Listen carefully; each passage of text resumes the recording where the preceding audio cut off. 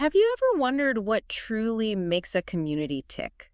What are those unwritten rules that shape our daily lives? And how do traditions, sometimes ancient ones, stand up against all the forces of change we see today? Exactly. Welcome to the deep dive. Today we're taking a journey into the work of Charan Dube.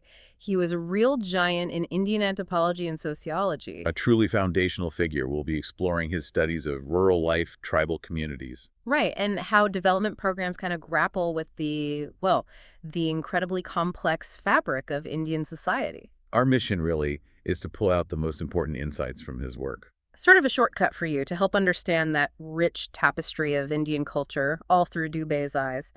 Okay, so let's unpack this scholar and his legacy. We're talking about someone who genuinely helped us grasp the essence, the core of Indian villages and the people living there. Yeah, and what's really remarkable about Dube, especially his structural functionalist approach, is how it gave us a kind of blueprint. A blueprint, how so? Well, think of society like a body.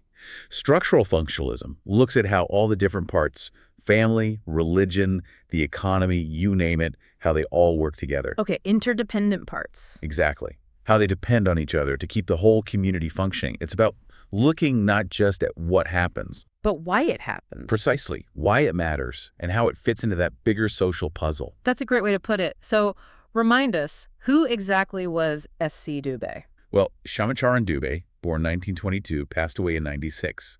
A really renowned Indian anthropologist and sociologist. And his work really pioneered using that structural functionalist lens, specifically for studying rural society in India. It did. And that perspective really shaped his most famous work, Indian Village. That came out in 1955. Ah, yes, Indian Village, a landmark book, right? Oh, absolutely. It was a huge milestone. It was the first full-length account of a village's social structure published after India's independence post-1950. Wow. So it really set a new standard. It really did. It showed people how to actually go in and study a community in depth. So this wasn't just, another book on a shelf. It was more like a roadmap for future researchers. That's a perfect way to describe it. Oh. It laid the groundwork for how to really see and analyze village life. Mm-hmm. And Dube's writing style, it was known for being really lucid, very clear. He made complex social structures understandable, Accessible, even. very accessible, offering deep insights from that structural functional viewpoint. It really makes you wonder, doesn't it? How do you even start to understand a society as incredibly complex and diverse as India? Yeah. Dube's work gave us a solid framework for that. And his influence, it wasn't just that one book, right? It stretched much further. Oh, definitely. Yeah. Over about 30 years, Dube wrote on such a wide range of themes. Like what? Well, tribal life, rural communities, community development, Hmm. the dynamics of that modernization, how societies manage change. And that whole interplay between tradition and development. Exactly. He touched on so many facets of Indian society. Some of his other really key works you should know are The Kamar, India's Changing Villages, Contemporary India and Its Modernization, and Indian Society. Quite a list. Indeed. So, to really grasp the breadth of his insights, maybe we should dive into some specific studies, starting with his early work on tribal communities. Let's do it. His first book, you mentioned the Kamar, that was 1951. That's right, based on his PhD research. And it was the first really comprehensive study of this particular scheduled tribe, the Kamar, from Madhya Pradesh. And what was their life like, according to Dube? He painted a really vivid picture. They were primarily hunter-gatherers, Okay. but they also practiced this unique type of shifting cultivation, farming small patches of forest. They called it Dagya and Biora. Interesting names. Yeah, and they lived in these small, scattered settlements, quite spread out. And you mentioned something about their view of time. That sounds fascinating. Yeah, it really is. Dube observed they weren't big on planning for the future, They seemed to live very much in the present moment. Less future-oriented. Very much so. And they didn't have many possessions, just the bare necessities, utensils, hunting tools, stuff for basket making, fishing gear, basic things. Right. Dube saw them as quite individualistic, actually. No Right. real central leadership structure. And their families. Mostly nuclear families, parents and kids, which was a bit different for the region then. And patrilineal, meaning descent, was traced through the father's side. Okay. And women's roles? He noted their position was generally seen as inferior to men within that society. Right. And this leads to some of the social norms Dube described, which might seem, surprising today. Yes, and this is where Dube's impartial, objective observation is so valuable. He noted practices like Homosexuality and polygyny. A man having multiple wives were considered normal, just part of their social fabric. No judgment, just observation. Exactly. And even something really serious, like homicide, could sometimes be, well, compensated for through what they called a penal feast. A penal feast. Yeah, like a communal meal meant to sort of restore social balance after a transgression. Wow. Just think about that for a second. A society where things we might label deviant are just normal everyday life. What does that tell us about how different cultures define right and wrong? It really broadens your perspective, doesn't it? It absolutely does. Yeah. Dube's detached way of describing it really highlights how much cultural context shapes norms. So true. And if you connect that to the bigger picture, it just underscores the incredible diversity of human social organization. It challenges any assumptions we might have about universal ethics or behaviors. Yeah. And Dube himself, he was a strong advocate for these tribes. He argued they should be allowed to keep their distinctive cultures. Not forced to assimilate. Right. He thought cooperatives were key to helping them integrate more naturally into the wider Indian society on their own terms. That's an important distinction. Okay, so from this deep dive into one tribe, Dube then broadened his focus to Indian villages more generally. This became his main area. Yes, his work on the Indian village, especially in Indian village, was really profound. He always stressed that Indian villages are fundamentally different from, say, Western villages. Not a one-size-fits-all model. Not at all. And crucially, even within India, there's immense diversity between villages. He did a very detailed study of a Deccan village called Dwara, actually. Dwara, okay. And he used a rigorous approach, similar to how the anthropologist Robert Redfield had studied a Mexican village years before. And did he find some common threads, some core characteristics of village life in India? He did. He argued the economic system was deeply rooted in the caste system. Ah, caste. That's central. Very central. With its functional specialization, different castes doing different jobs, but also this inherent interdependence. Everyone needed each other, and there was some occupational mobility, but often within those caste lines. And religion. A blend. Classical Hinduism mixed with lots of regional and local beliefs. A unique spiritual tapestry in each place. Okay. He also looked at how the villages make up its ethnic groups, languages spoken, shaped its character and authority structure. How so? Well, for instance, in a village that was all one tribal group, authority might be unitary, one single source, supreme in everything. Makes sense. But in a village with a mixed population, he often found more of a federal setup. Different cultural groups had some autonomy, but there was a common authority drawn from all of them. So it's way more than just houses side by side. It's like a living, breathing social organism. Exactly, with its own complex rules and relationships. So what do these general ideas prepare us for when we zoom into a specific village study? They prepare us to see that deep web of interdependence. Dube really emphasized this. Villages have a strong corporate unity, he said. Corporate unity, meaning like a collective identity. Yes, residents identify strongly with their village. Each one felt unique. And crucially, no single caste or group in the village was self-sufficient. They all relied on each other. Absolutely. For social life, economic needs, rituals, even administration, it was all integrated. Okay, so give us an example. Dube studied Shimerpet village in detail, right? Yeah, an incredibly detailed study. Shimerpet is or was near Hyderabad in what's now Telangana. Got it. Population around 2,500 when he studied it. A mix of Muslim and Hindu populations, actually 19 different Hindu ethnic groups. 19? Wow. Yeah, quite diverse. Telugu was the main language, but Urdu was also common, and many men were bilingual, reflecting that mixed heritage. And the social structure there, what did he find? Well, unsurprisingly, the caste system was hugely influential. Castes were endogamous people married within their own group. Right, that's key. And there was clear social distance. Higher castes often wouldn't take food or water from lower castes. Occupations were often tied to caste, sanctioned by tradition, even religion. But you said there was interdependence, too. Yes, and that's the fascinating part. Despite these divisions, Dube found that shared values and common obligations often united people across different castes. There was a surprising level of cohesion. So divisions, but also connections. Precisely. He also noted the distinct Hindu-Muslim divide, with both groups maintaining separate identities while living together. Coexistence. Right. And within the village structure, he saw two main organizational spheres. The socio-religious one, guided by tradition, and the administrative one, run by government officials. And women's roles. Did he look at that specifically? Oh, meticulously. He broke down their activities into 5 main areas: domestic work, farming, participating in festivals and ceremonies, life events like births and marriages, and even informal roles in village administration. 5 key areas. Yes. But he also specifically noted their seclusion from public spaces. Walking with downcast eyes was seen as respectable for women. A sign of patriarchy. Clearly, patriarchy was evident, and gender was a huge factor, maybe second only to caste, in deciding who did what work. And the Hindu castes themselves. He broke those down too. He did. Broadly, you had cultivators like the Reddis, then occupational castes, Brahmins, merchants like Comtes, potters, shepherds, Okay. then groups that were once tribal but had assimilated, like stone breakers, Vidar, or hunters, Urkala. They were lower down among the clean castes. And finally, the depressed classes like the Malla and Madiga, often termed untouchables. Right. And even within that last group, there were distinctions. Yes, for instance, the Mallas traditionally saw themselves as superior to the Madigas, complex layers everywhere. Which brings us to change. And the whole issue of untouchability, the Indian Constitution abolished it legally, right? It did. Legally, everyone got access to public wells, schools, utilities. But this raises a big question. If you change the law, does society just automatically follow? Probably not immediately. Exactly. Dube observed that social conservatism dies hard.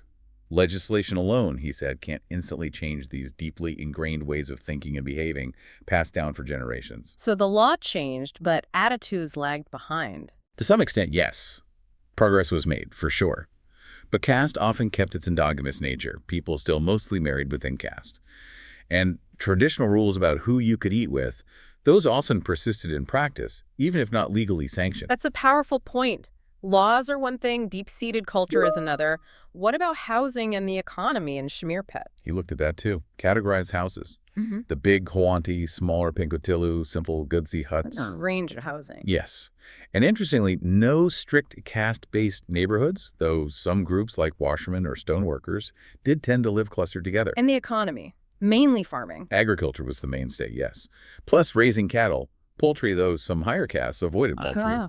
But also hunting, fishing, gathering wild plants, and vital non-farm roles. Potters, carpenters, barbers.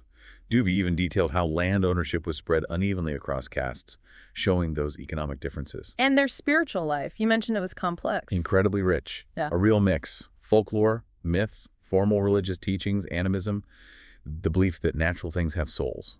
Animism, right. Polytheism, belief in many gods. Even elements of monotheism, belief in one god. Plus widespread belief in ghosts, demons, magic. It was quite an ecosystem. He called it a complex of diverse factors, didn't he? That's the phrase. And he found there wasn't one single dominant caste running everything in Shamirpet. Really? Not just one group at the top? No. Hierarchy was more complicated than just caste.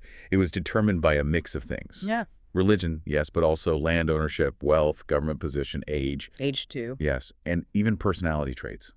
Being seen as a powerful magician, for instance, could give someone influence. So it's not just your birth family, but what you own, your job, how old you are, your influence. Even your personality counts. That's much more nuanced than just saying caste is everything, isn't it? Absolutely. It shows the real complexity on the ground. And he even saw agency among lower castes. How so? He noted their panchayats, their local councils, sometimes acted almost like unions. Unions. Yeah, to help secure work and strengthen their bargaining power with the landowners, showing resilience within the system.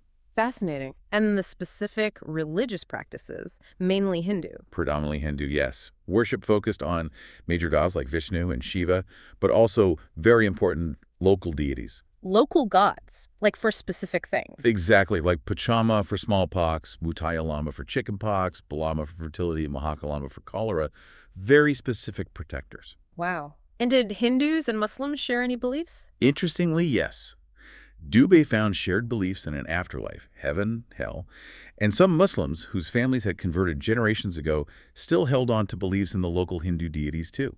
Layers upon layers. What about festivals? Huge family festivals, caste-specific ones, and importantly, village-wide festivals. And those village festivals were key. Absolutely crucial, Dube emphasized. They brought everyone together, regardless of religion or caste, fostering that sense of solidarity and shared identity. Right. Building community and family structure. Patrilineal and patrilical, meaning the wife usually moves to the husband's family home.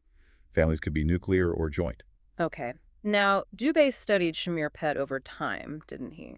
Did he notice changes happening later on? He did. In later editions of Indian Village, he documented some really significant shifts. Like what kind of changes? He saw more individualism emerging, Mm. more people migrating out of the village, a weakening emotional attachment to the land, more land being sold. So ties loosening a bit. Yeah, traditions were fading somewhat. Occupations were becoming less rigidly determined by caste alone. People moving into different jobs. More flexibility, yes. And growing resistance to that old purity pollution hierarchy.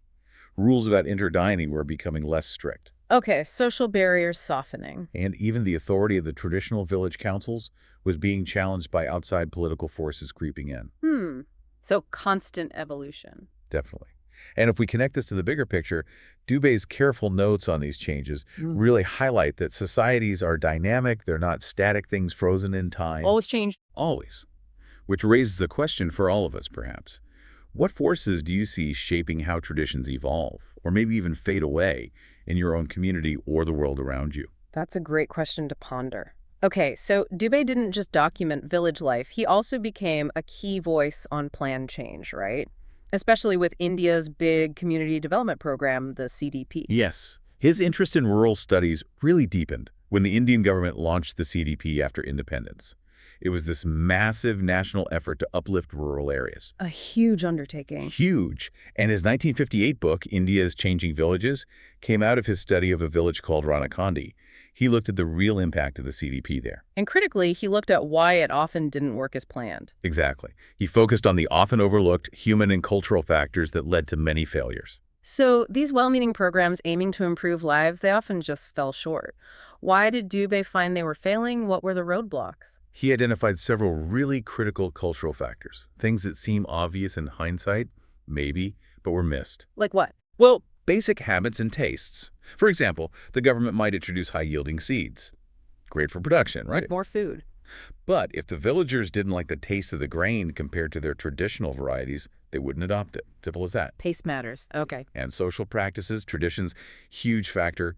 There was a push for organic farming using compost pits. Sounds good. Sustainable. But the recommended method involved using human excreta, which clashed deeply with existing social norms and beliefs about purity for many communities. Yeah. So it was widely rejected. Wow. You absolutely can't just impose something like that without understanding the local context, the beliefs. Precisely. And belief systems themselves were major hurdles, like efforts to improve cattle breeds using artificial insemination with imported bulls. Better livestock seems logical. Logically, yes. But in many areas, local bulls were revered as vehicles of the god Shiva. Replacing them, especially with foreign bulls for breeding, was seen as religiously unacceptable. Ah, the sacred dimension. Yes. And social structure got in the way, too. Education programs sometimes stumbled when they tried to integrate students from formerly untouchable castes with upper caste students, challenging those deeply entrenched hierarchies too quickly or insensitively. So resistance came from many angles. Were there other cultural factors too, like respect? Absolutely. In Ranakandi, the Jat community was dominant, and in their culture, age commanded enormous respect. Okay. Elders held authority. Right. So when young, often urban-educated government officials came in to implement the CDP programs, They weren't taken seriously. often, no, Yeah. the community elders just didn't give them the same weight, regardless of their official position. Age trump title. These are such powerful lessons. What did Dube conclude from all this? What should development efforts do differently? His study led to some really crucial takeaways for any kind of plan change effort anywhere. First, the absolute need to prevent suspicion and distrust of officials or outsiders. Building rapport is key. Trust first. Yes. And second, the vital importance of effective two-way communication.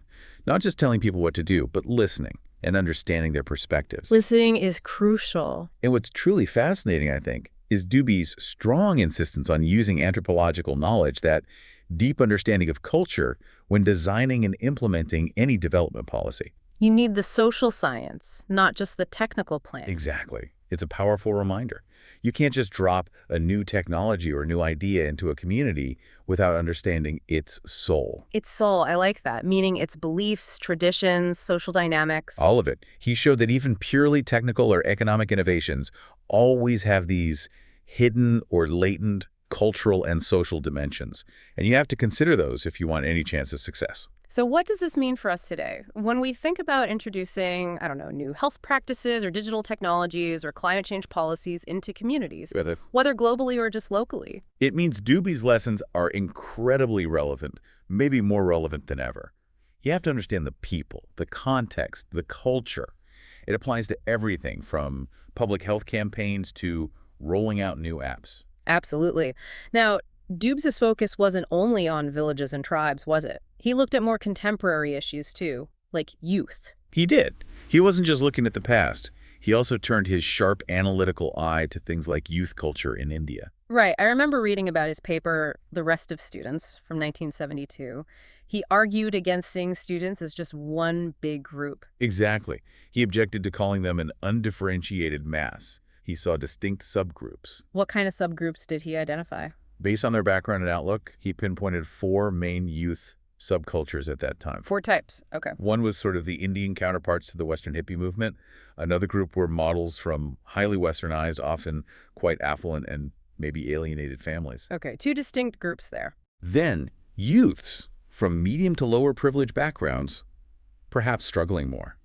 And finally, the largest group, first-generation literates. First in their family to get educated? Right, or whose parents hadn't had higher education themselves. They had a very different perspective and set of challenges. It really makes you think, doesn't it? Even within what looks like one category students, there are so many varied experiences, so many different worlds. Do you think we see similar kinds of distinctions, maybe different ones, but distinctions nonetheless, in youth culture today, around the world? I think absolutely. It just underscores how vital it is to look beyond labels and see the diversity within any large group. You have to look closely. Okay, let's try and bring this all together. We've covered a lot of ground in this deep dive into Shyama Dube's work. For you, thinking back, what are the absolute core takeaways, the big picture insights? Okay, pulling it all together, if we connect Dube's work to the bigger picture, I think there are several really crucial insights for us. First, just the sheer diversity and complexity within Indian society. From the unique life of the Kamar tribe to the intricate social gears of a village like Shemerpet, it's never just one simple story. It's definitely not monolithic. Second, the real value of his structural-functionalist approach. It helps us see how different parts of society, family, caste, religion, economy, are all interconnected, how they rely on each other to function, for better or worse. Seeing the system. Exactly. Third, his work on community development is so critical. It showed us how those deep-seated cultural factors, beliefs, traditions, social structures, are often the real reasons why even well-intentioned development projects succeed, or perhaps more often why they fail. The human element is key. It's paramount. You can't just parachute ideas in without understanding the cultural ground they're landing on. It just doesn't work. Right. And fourth, even within groups that seem uniform from the outside, like students, he showed us there are distinct subcultures shaped by background, experience, outlook. Looking deeper. Always looking deeper. So Dube didn't just tell us what Indian society looked like. He gave us tools to understand why it functioned the way it did, and, crucially, how it was constantly changing, adapting, evolving. He showed that real understanding, and maybe real positive change, isn't just about laws or technology. No, it's about profoundly understanding the people, their history, their culture, their deeply held beliefs. That's the foundation. So, thinking about all this, what does it mean for you, listening right now? As you go about your day, how might understanding this intricate web culture tradition, change that Dube illuminated, how might that help you see the world around you differently? Yeah, maybe you'll start noticing the unwritten rules operating in your own workplace or your neighborhood. Or perhaps see the hidden cultural reasons why some new initiative is embraced, while another one just quietly stalls. Consider this. Dube's work is a powerful reminder that genuine understanding requires looking beyond the surface. It means appreciating those subtle, sometimes invisible, but incredibly powerful human factors that truly shape our societies. How might taking a deeper, maybe more anthropological perspective inform your own understanding of the communities you're part of, whether they're near or far? Or even just influence how you interact with the people around you every day. We really hope this deep dive into Shyama Dube's world has given you some incredible new perspectives to think about, to mull over,